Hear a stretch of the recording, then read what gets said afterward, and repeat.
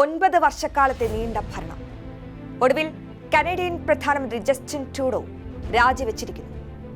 കാനഡയ്ക്ക് മോഹന വാഗ്ദാനങ്ങൾ നൽകി അധികാരത്തിലേറിയ പ്രധാനമന്ത്രി ഒടുവിൽ അധികാര കസേരയിൽ നിന്ന് ഇറങ്ങാൻ നിർബന്ധിതനാവുകയാണ്. അധികാരത്തിലേറുമ്പോൾ ആഘോഷിക്കപ്പെട്ടിരുന്ന ട്രൂഡോ അന്താരാഷ്ട്ര തലത്തിൽ തന്നെ പരിഹാസ്യനായാണ് പടിയിറങ്ങുന്നത്. തിരഞ്ഞെടുപ്പുകളിൽ ട്രൂഡോയുടെ പാർട്ടിയുടേത് മോശം പ്രകടനമാണെന്നും ജനങ്ങൾ പാർട്ടിയിൽ നിന്നും അകലുന്നുവെന്നും ഇനിയുള്ള തെരഞ്ഞെടുപ്പുകളിൽ പരാജയം ഉറപ്പാണെന്ന സർവേ റിപ്പോർട്ടും പുറത്തു വരുമ്പോഴാണ് ട്രൂഡോയുടെ രാജിനീക്കം. ദേശീയ കോക്കസ് യോഗത്തിൽ നാണം കെട്ട് പുറത്തു പോകേണ്ട സാഹചര്യം ഒഴിവാക്കാനാണ് ട്രൂഡോയുടെ ഈ രാജി.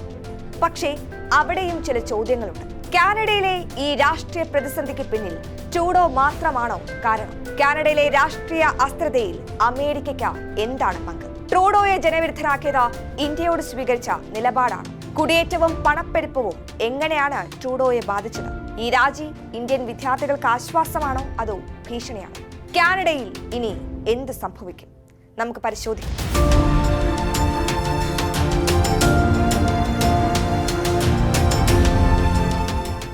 ആദ്യം, എന്തുകൊണ്ട് രാജി?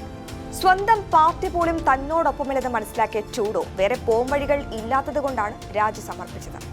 കനേഡിയൻ പാർലമെന്റിലെ ലിബറൽ പാർട്ടിയുടെ 153 എംപിമാരിൽ 131ഓളം പേരാണ് ട്രൂഡോയ്ക്കെതിരായി നിൽക്കുന്നത്. അനുകൂലിക്കുന്നവരാകട്ടെ വെറും 23 എംപിമാർ മാത്രം. വോട്ടിംഗ് ശതമാനം കുറയുമെന്ന് ചൂണ്ടിക്കാണിച്ച് ലിബറൽ പാർട്ടി അംഗങ്ങൾ രാജിവെക്കാൻ ട്രൂഡോയ്ക്ക് മേൽ സമ്മർദ്ദം ചെലുത്തിയിരുന്നു.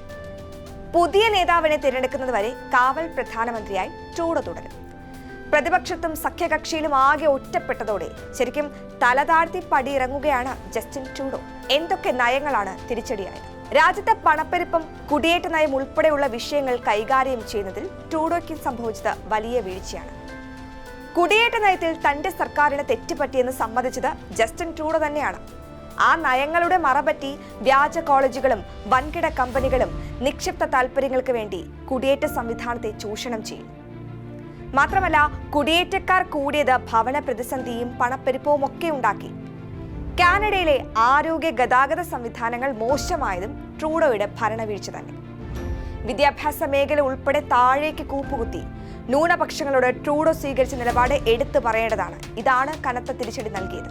ഇനി ഒരു നിർണായക ചോദ്യമുണ്ട്. ട്രൂഡോയുടെ രാജിയും ട്രംപിന്റെ വരവും ഇവ തമ്മിൽ എന്താണ് ബന്ധം? ട്രംപ് വീണ്ടും അധികാരത്തിൽ വരുമ്പോൾ ട്രൂഡോ അധികാരത്തിൽ നിന്നും ഇറങ്ങുന്നു. ട്രംപ് അധികാരമേൽക്കുമ്പോൾ കാനഡയിൽ പ്രധാനമന്ത്രിയായി ജസ്റ്റിൻ ട്രൂഡോ തുടരുന്നതിൽ അർത്ഥമില്ല എന്നാണ് വിമർശകരുടെ പക്ഷം. ലിബറൽ പാർട്ടിയുടെ ക്യൂബക്, ഒന്റാരിയോ, അറ്റ്ലാന്റിക് പ്രവിശ്യകളിലെ പ്രാദേശിക നേതൃത്വം ട്രൂഡോയെ പ്രധാനമന്ത്രി സ്ഥാനത്ത് നീക്കണമെന്ന ആവശ്യം ഉന്നയിച്ചിരുന്നു.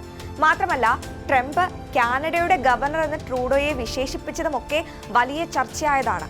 കൂടാതെ കാനഡയിൽ നിന്ന് US-ലേക്കുള്ള അനധികൃത കുടിയേറ്റവും ലഹരിക്കടത്തും അവസാനിപ്പിച്ചില്ല എങ്കിൽ കാനഡയ്ക്ക് മേൽ 25% തീരുവ ചുമത്തുമെന്ന് ട്രംപ് തുറന്നടിച്ചിരുന്നു.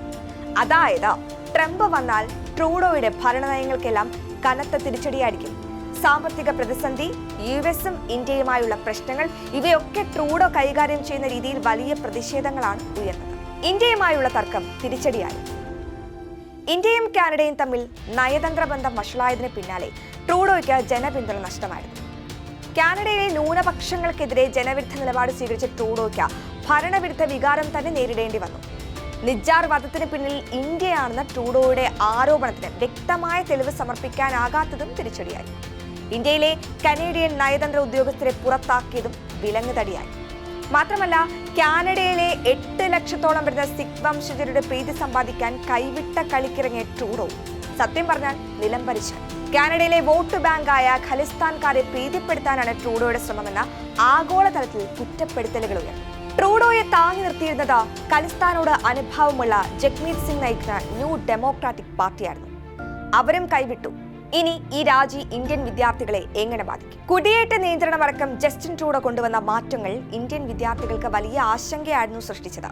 ഇത് ഇന്ത്യൻ വിദ്യാർത്ഥികൾക്ക് PR അടക്കമുള്ള സ്വപ്നങ്ങൾക്ക് കനത്ത പ്രഹരമേൽപ്പിച്ചു.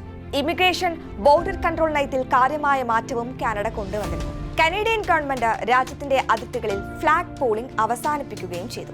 ഇതും വിദേശ വിദ്യാർത്ഥികളുടെ വർക്ക് പെർമിറ്റ് എന്ന സ്വപ്നത്തിന് വലിയ തിരിച്ചടിയായിരുന്നു.